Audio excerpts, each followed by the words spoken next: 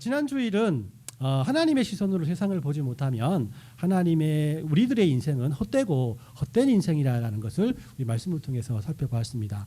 그래서 해 아래 새 것이 없는 허무한 것이라고 세상의 생각을 하게 된다면 그것은 하나님이 없는 눈으로 바라보기 때문이라고 솔로몬이 우리에게 고백을 했죠. 자, 우리들의 인생을 허무한 것이라고 생각하는 또 가장 큰 이유 중에 하나가 아무래도 우리의 인생 속에 갑자기 다가오는 고난과 고통이라고 할 수가 있어요. 그러나 성경은 고난도 하나님의 영향력 아래에 있다는 것을 우리에게 말씀하지 않습니까? 하나님께서는 선하신 분이시기에 우리에게 닥치는 고난에도 분명한 의미가 있다는 것이요. 제가 이게 대원 다닐 때 그 의료 윤리를 가르치시던 김민철 교수님이라는 분이 계셨는데요.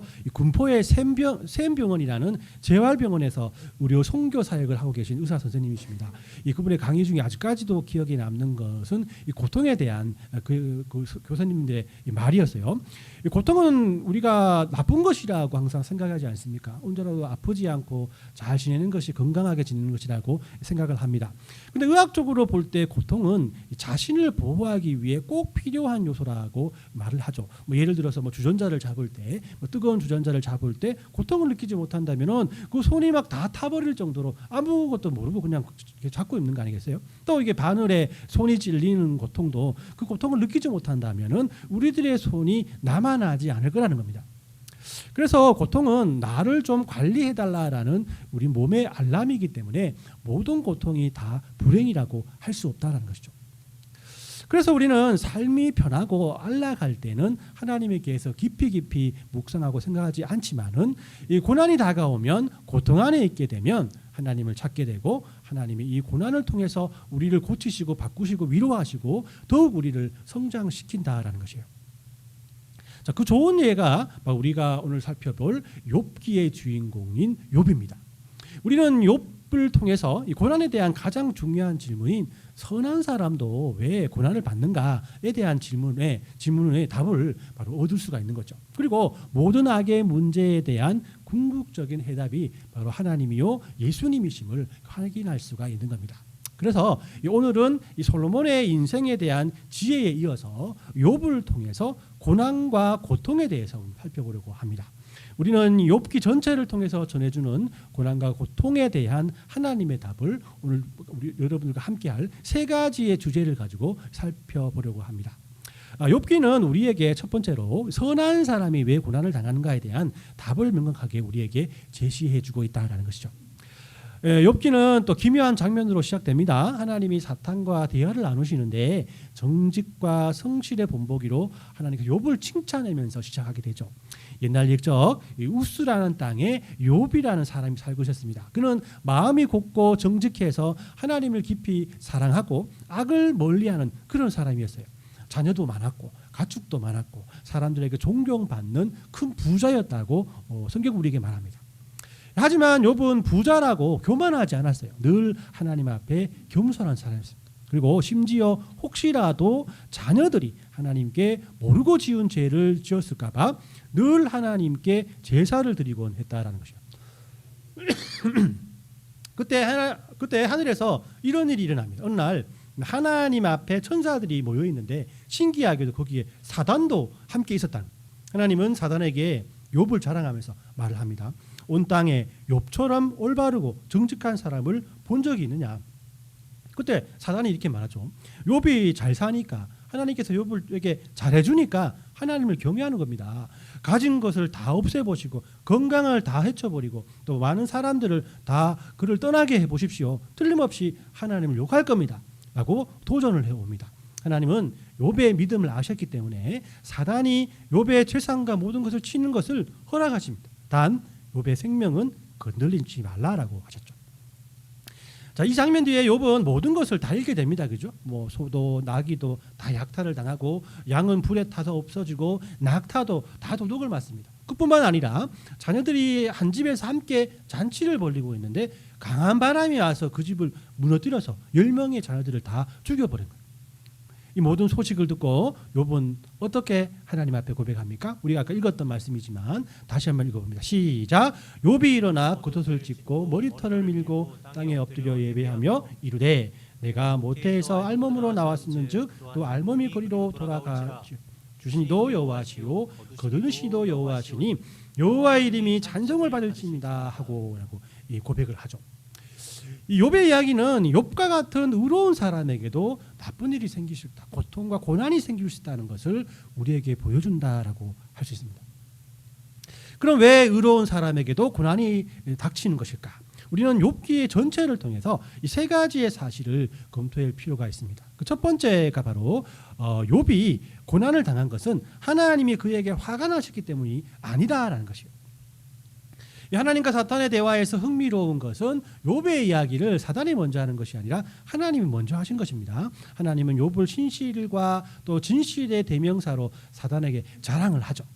즉 욥에게 무슨 억하 감정이 있어서 그런 말씀을 하신 것이 아니라는 것이에요. 욥이 양떼나 소떼 같은 물질의 복보다도 훨씬 깊은 이유로 하나님 자신을 신뢰하고 있음을 하나님께서 아셨기 때문에 이런 말을 사단에게 한 것입니다. 이 사실로 볼 때 그리스도인들은 자신에게 닥치는 어려움과 고난을 하나님의 진노의 표로 볼 필요가 없는 거예요. 하나님을 원망해서는 안 된다는 것입니다. 두 번째로 욥이 고난을 당한 것은 그가 죄를 지었기 때문이 아니라는 것이에요. 욥기는 다음과 같이 시작하죠. 우리 1장 1절을 한번 살펴보겠습니다. 시작. 우스 땅에 욥이라는 사람이 있는데 그 사람은 온전하고 정직하여 하나님을 경외하며 악에서 떠난 자더라라고 이 말씀을 합니다. 성경은 욥이 온전하고 정직하고 하나님을 경외하고 악에서 떠난 사람이라고 틀림없이 말씀을 하고 있어요. 그리고 그의 이런 모습은 고난을 당한 후에도 전혀 변하지 않습니다. 우리 22절 말씀을 같이 읽어봅니다. 시작. 이 모든 일에 욥이 범죄하지 아니하고 하나님을 향하여 원망하지 아니하니라라고 말씀하죠. 자, 이거 볼 때 성경은 욥이 죄 때문에 고난을 당하는 것이 아니라는 것을 분명히 말씀을 하죠. 우리는 이 고난을 당하면 그동안 자신이 저질렀던 특정한 죄나 불순종했던 일들을 곧바로 떠올리곤 합니다. 회사에서 일을 하다가 책상에 머리를 붙였을 때, 또 퇴근길에 접촉사고로 나면은 어저께 내가 큐티를 잊어버리고 안 했던 것들이 생각나고 이 지난 주일에 교회에 가지 않았던 일들이 생각나는 거예요. 더 나아가서 집에서 나올 때 아이들에게 화를 냈던 일들이 갑자기 막 떠오르게 되는 것이죠. 이 선한 일을 하면 복을 받고 악한 일을 하면 벌을 받는다. 이 공식이 우리를 사로잡고 있기 때문이 아닌가 생각을 합니다. 이 말도 맞죠, 그죠? 하지만 욥기는 우리에게 선하게 살던 사람도 고난을 당할 수 있다라고 틀림없이 말하고 있지 않습니까? 예수님의 생애를 보십시오. 예수님의 생애는 그가 죄가 없으심에도 불구하고 얼마나 많은 고통과 고난을 받는 그런 삶이었습니까? 예수님께서 평생 동안 조롱과 거절을 당하셨음을 생각한다면 악한 일을 하면 또 저주를 받는다라는 이 공식에는 틀림없이 예외가 있다는 것이고, 그것이 예외가 있다는 것은 틀림없이 하나님의 그런 의도가 그곳에 있다라는 것을 우리는 스스로 발견할 수가 있는 거예요. 세 번째, 욥이 고난을 당하는 것은 그의 믿음을 성숙하기 위한 하나님의 방법이라는 것을 욥기는 우리에게 말씀을 하고 있는 겁니다. 욥기는 고난이 욥의 믿음을 단련시켜서 더욱 성숙한 모습으로 하나님 앞에 나아갈 수 있다는 것을 우리에게 보여주고 있어요.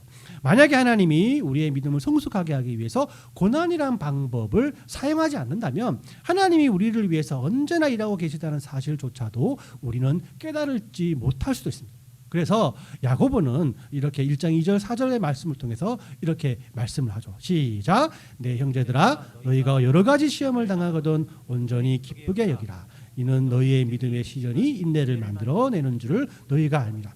인내를 온전히 이루라. 이는 너희로 온전히 하고 구비하여 조금도 부족하게 없게 하려 함이라 라고 말씀을 합니다.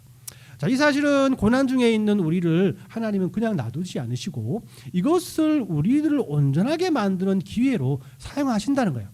이 사실을 믿는다면 고난은 우리에게 저주가 아니라 하나님께서 함께해 주시고 우리를 바꾸어 가시는 가치 있는 시간이 될 수 있다라는 겁니다.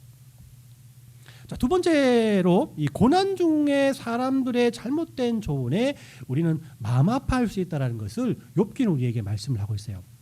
자, 욥의 처지가 이게 알려지자 많은 친구들이 욥을 찾아오게 되고 나름대로 충고와 위로를 욥에게 줍니다.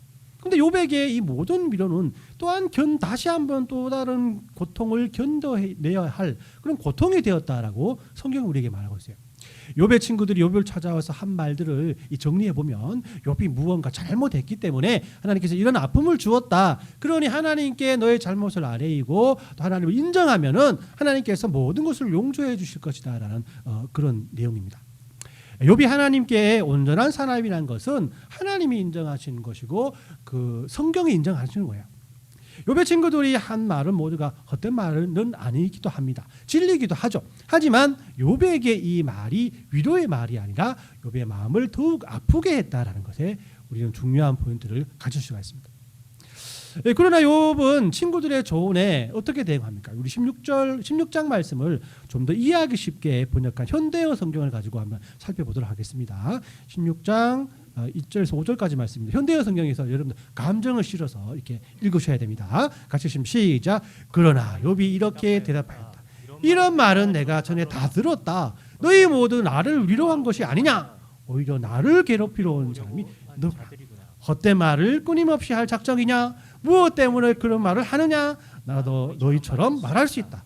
만일 너희가 내 입장이었다 하면 나도 얼마든지 말을 지내어 너를 괴롭히고 너희를 향해 머리를 둘 수 있을 것이다. 하지만 난 그렇게 하지 않겠다. 나 같으면 너희에게 도움이 되는 말을 하여도 너희를 위로하고 너희의 슬픔을 덜어주었을 것이다 라고 말하죠.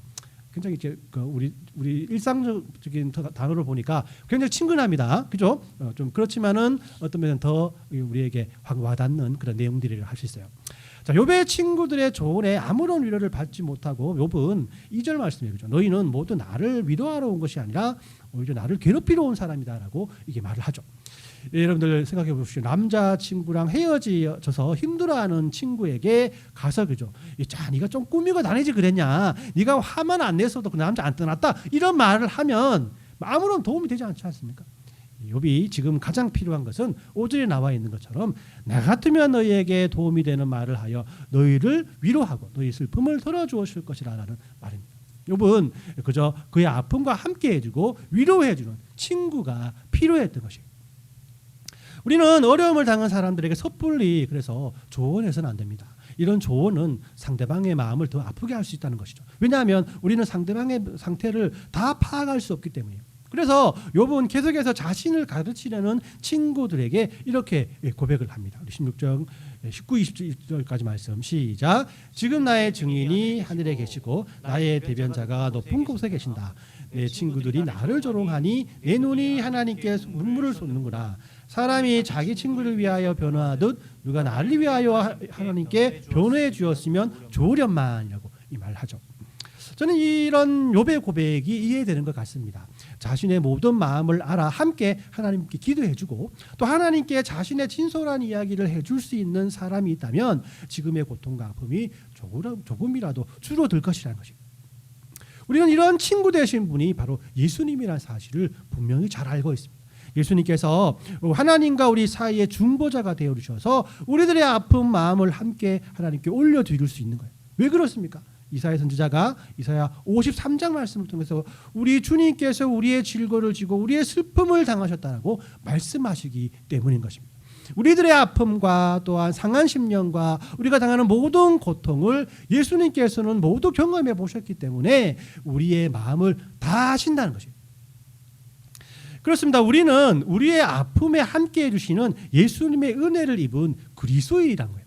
그렇다면 우리의 믿음을 앞세워서 자신의 생각을 통해서 섣부른 위로를 하기보다는 예수님처럼 아픔과 고통 속에 있는 지체들을 품고 그들과 함께 슬퍼하고 그들과 함께 기뻐해야 되는 것이 아파하는 이들을 위해서 가장 먼저 해야 할 우리의 사명임을 우리는 분명히 잊지 말아야 한다는 것이에요. 마지막 이 세 번째로 고난은 하나님이 답을 주심으로 끝난다라는 것을 욥기는 우리에게 말씀을 합니다. 우리는 욥기를 읽으면서 많은 질문을 하죠. 그죠? 선하신 하나님께서 왜 사람에게 고통을 허락하셨나? 우리 이 질문에 대해서 많은 의견과 답을 제시할 수 있습니다만은 이 문제의 답은 오직 하나님께서 우리에게 주시는 것이다. 우리에게 깨닫게 해 주시는 것이라는 사실을 우리는 욥기를 통해서 발견할 수 있는 거예요.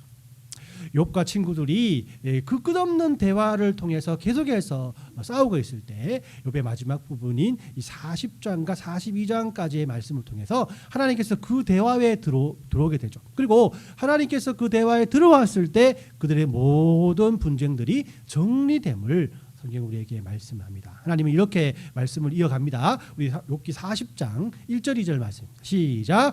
여호와께서 또 욥에게 이렇게 말씀하시되 트집 잡는 자가 전능자와 다투겠느냐 하나님을 탓하는 자는 대답할지니라 라고 말씀을 해요. 자, 하나님은 욥과 친구들에게 자연 앞에서 한없이 작아지는 인간들이 이 우주를 만드신 하나님에 대해서 이렇다 저렇다 말할 수 없다라고 충고를 합니다. 이런 위대하신 하나님에 대해서 손톱만큼도 알지 못하는 인간들이 자신에게 닥친 고난과 고통의 이유를 말하는 자체가 어리석은 일이라고 말한 거죠. 왜 그렇습니까? 이렇게 연약하고 부족한 우리들이 어찌 하나님께서 우리를 위해 가지고 계신 더욱더 큰 계획하심을 판단할 수 있겠냐는 것이죠. 우리는 그저 그 앞에 너무나 어리석은 존재임을 고백할 수밖에 없다라는 겁니다. 여러분들 우리 이게 피카소의 그림이거든요. 피카소의 그림인데 이 장면이 어떤 장면을 묘사한 것일까요? 사람들이 이 그림을 보고 자기 나름대로의 생각들을 많아하는 이거는 뭐고 이 손은 뭐고 이 사람들은 뭐다 서로 이야기하면서 주장을 내다 보면 또 서로 싸우게 되죠. 그거 아니다, 그거 맞다. 나는 뭐 미술을 전공했고, 니는 뭘 전공했고 서로 막 그렇게 싸울 겁니다. 자, 그런데 이 싸움의 종지부를 찍을 수 있는 사람이 누구입니까? 이 그림을 그린 피카소입니다. 피카소가 나와서 싸우고 있는 사람에서 이 그림 그런 뜻 아니거든 이렇게 말하면 모든 사람이 더 조용해지는 거예요. 2차 세계대전 때 독일이 베르니카라는 지역을 공격했을 때 민간인들을 굉장히 많이 학살하게 됩니다. 그 순간을 그린 것이 베르니카라는 이 작품이라고 할 수가 있어요. 이렇게 설명을 해주니 싸움은 더 이상 일어나지 않을 것 같고요. 또 그렇게 서로 핏대를 세워가면서 가장 핏대를 세워가서 자기 주장이 맞다고 생각하는 사람이 가장 부끄러움을 당하게 된다라는 것이에요. 그래서 우리는 욥에게서 고통과 시련에 관한 하나님의 두 가지 중요한 진리를 배우게 됩니다. 그 첫째는 우리는 하나님이 아니라는 사실이죠. 그래서 9장 1절 말씀을 한번 읽어 보도록 하겠습니다. 같이 시작. 이 모든 것을 내가 마음에 두고 모든 것을 살펴본즉 의인들이나 지혜자들이나 그들의 행위나 모두 다 하나님의 손 안에 있으니 사랑을 받는지 미움을 받는지 사람이 알지 못하는 것은 모두 그들의 미래의 일들임이니라라고 말씀을 하죠. 고난은 적어도 우리의 삶이 우리의 통제 아래에 있지 않음을 깨닫게 해줍니다. 우리가 고난받고 싶어해서 고난받는 것이고 고난받지 않는다고 해서 싶어하지 않는다고 해서 고난을 안 받는 것이 아니라는 것이죠. 우리의 통제 아래 있는 것이 아니라라는 사실을 통해서 본다면은 우리가 하나님이 아님을 우리는 정말 하나님 앞에 무릎 꿇을 수밖에 없는 하나님의 연약한 피조물이라는 사실을 깨닫게 된다는 거죠. 두 번째는 바로 하나님은 고난 가운데서 우리를 찾아오신다라는 진리입니다. 하나님은 욥이 고난 가운데 있을 때 그에게 대답해 주셨고 그의 기도를 들어주었고 그가 하나님을 알게 그를 만나 주셨어요. 물론 하나님은 언제나 그렇게 하신 분이시지만은 고난을 당할 때 더욱 우리들에게 관심을 가지며 피할 길을 열어주시는 분이시라는 겁니다. 베드로전서 4장 14절 말씀을 같이 읽습니다. 시작. 너희가 그리스도의 이름으로 치욕을 당하면 복이 있는 자로다. 영광의 영 곧 하나님의 영이 너희 위에 계심이니라라고 말씀합니다. 우리가 겪는 고난은 우리에게 임하는 하나님의 영과 하나님의 영광을 더 잘 의식하게 하는 그런 것이다라고 성경이 말하고 있는 거예요. 하나님은 고난 중에 있는 우리를 찾아오시고 또 고난 중에 있는 우리들을 보고만 계시지 않으며 거기에 개입하셔서 더욱더 하나님의 큰 사랑과 은혜로 우리를 이끌어 주시고 또 우리를 선한 길로 또 인도해 주시는 분이시라는 것을 성경은 우리에게 말하고 있다는 겁니다. 그래서 큰 고통을 견뎌낸 사람이 오히려 그렇지 않는 사람보다도 고난의 시간에 하나님을 더욱더 확실히 경험했다고 말하는 이유는 하나님께서 고난당할 때 더욱 적극적으로 그들과 함께하기 때문이라는 겁니다. 그러므로 고난은 하나님과 함께 하신다는 사실을 인식할 때 거기에서 끝나게 되는 겁니다. 하나님이 우리와 함께 하시고 우리를 새로운 길로 이끌어 주신다는 사실을 확신할 때 고난은 더 이상 고난이 아니고 어려움이 아니고 세상에 줄 수 없는 평강이 된다는 거예요. 우리들은 이것이 예수님을 통해 구원받은 그리스도인이 알아야 할 참된 복된 소식을 분명히 잊지 말아야 한다라는 겁니다. 우리 말씀을 정리합니다. 욥의 여정은 고되면서도 참 아름답기도 합니다. 욥은 너무나 심한 고통을 받았고 그것을 이겨내느라 참 고된 삶을 살았어요. 그래서 우리는 욥기를 통해서 우리에게 시련이 다가올 때 우리의 모든 아픔과 고통을 아시고 경험하신 우리 주님만을 의지해야 함을 배우게 됩니다. 욥기 42장 5절 6절 말씀을 같이 읽습니다. 시작. 내가 주께 대하여 귀로만 듣기만 하였사오나 이제는 눈으로 주를 배움나이다. 그러므로 내가 스스로 거두어드리고 티끌과 제 가운데서 회개하나이다. 아멘.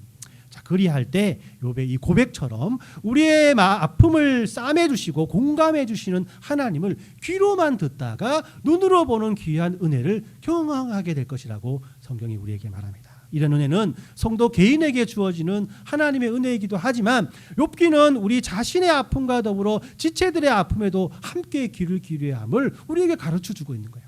그러니까 우리 주안의 교회가 이 세상에 존재하는 이유는 하나님을 전하는 통로가 되기 위함도 있지만은 우리들의 이웃과 교회 지체들을 서로 위해주고 아껴주고 서로를 위해서 기도해주고 서로를 위해서 품어주기 위한 이유도 분명히 있다는 사실을 우리는 이 말씀을 통해서 확인할 수 있어야 됩니다. 자, 그러기 위해 여러분들 우리 기도 제목들 이런 것들 부담 없이 한번 내어놓았으면 좋겠습니다. 그리고 성도들의 기도 제목을 들으면 기도할 때 성도들의 그런 기도 제목을 기도하는 것이 아니고 여러분들의 기도 제목과 같이 간절한 마음으로 기도했으면 좋겠습니다. 여러분들은 이제 혼자가 아닙니다. 여러분들 옆에는 주안의 교회 성도님들이 있고 주안의 교회 옆에는 누가 있습니까? 하나님께서 예수님께서 우리와 함께 하시기 때문입니다. 그래서 우리는 세상에서 제일 존귀한 사람들임을 여러분들 믿으시며 살아가시길 바랍니다. 할렐루야. 아멘. 이런 은혜가 저와 여러분들의 삶 가운데 더 나아가 지금도 어려움 속에 있는 모든 성도들에게 욥이 하나님을 비옵는 축복이 임하시길 예수님의 이름으로 축원합니다. 아멘.